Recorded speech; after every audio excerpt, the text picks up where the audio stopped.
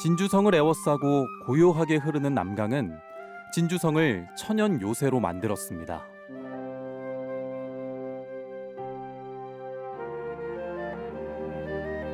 임진왜란 당시 진주성에선 두 번의 전투가 있었습니다. 한 번은 이겼고 한 번은 끝까지 저항했습니다. 임진왜란 동안 조선은 새로운 화력의 역사를 써내려갔습니다. 바로 비격진천례라는 신무기입니다.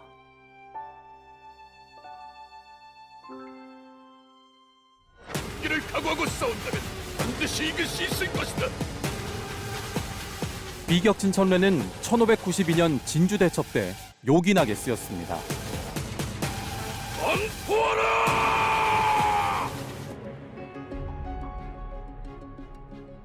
임진왜란의 역사를 간직한 국립진주박물관. 한켠에 화포장 이장손이 발명한 신무기 비격진천례가 전시돼 있습니다. 비격진천례는 지금까지 단 한 번도 본 적 없는 무기였습니다. 무시무시한 위력을 가진 폭탄을 역사는 이렇게 기록하고 있습니다.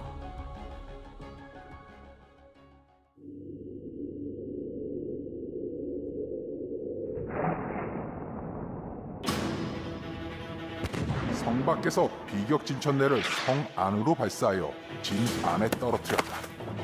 적이 그 제도를 몰랐으므로 다투어 구경하면서 서로 밀고 당기며 만져보는 중에 조금 있다가 포가 그 속에서 터지니 모두가 천지를 진동하고 새 조각이 별처럼 부서져 나간다.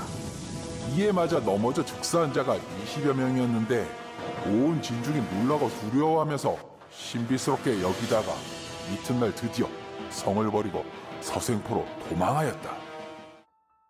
네, 비격진천례는 날아가서 때리는 진천례라는 뜻인데요.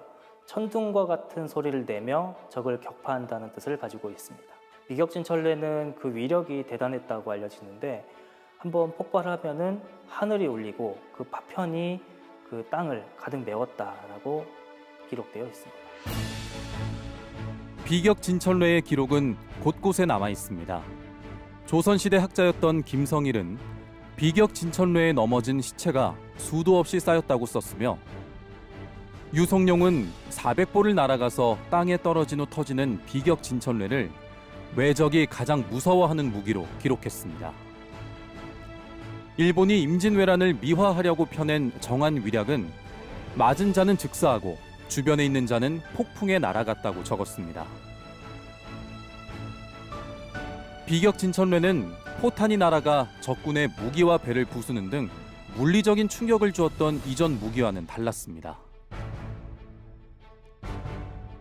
실제로 포탄이 터지는 자결탄이었다는 점, 특히 폭발 시간을 조절할 수 있는 시한폭탄이었다는 점은 당시 그 누구도 생각할 수 없었던 무기적 요소였습니다. 기존의 조선의 총통들은 화살이라든지 탄환을 발사하는 형태의 무기였는데 비격진천례의 경우에는 이제 적진에 날아가서 폭발하는 형태의 무기였습니다. 지금의 수류탄과 유사한 형태라고 보시면 될 것 같습니다. 비격진천례는 1592년 경주성 전투에서 처음 쓰였는데 성을 탈환하는 데 큰 역할을 했습니다. 경주성 전투에 이어 같은 해 진주대첩에서도 대활약을 했습니다.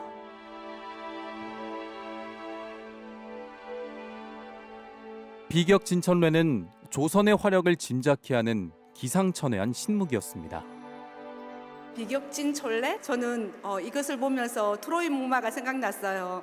트로이 전쟁 때 목마를 보면서 사람들이 그 안에 적군이 들어있는 줄 모르고 구경하다가 밤새 그 안에 들어있던 적군에 의해서 성이 포위되었던 것처럼 구경했던 사람들이 이것이 폭탄인 줄 모르고 구경하다가 죽음을 맞이했잖아요. 그것이 생각났습니다. 그리고 이렇게 16세기에 우리나라가 이런 무기를 만들 수 있었다는 것, 기술력에 대해서 굉장히 놀라운 감격을 받았고 감회를 받았습니다. 비격진천례는 1813년 훈련 도감에서 편찬한 무기 해설서인 융원필비에 상세한 기록이 나와 있습니다. 융원 필비에는 비격 진천뢰의 형태와 대나무통, 나선형 목곡, 쇠조각 등 재료와 부속품, 만드는 방법까지 적혀 있습니다.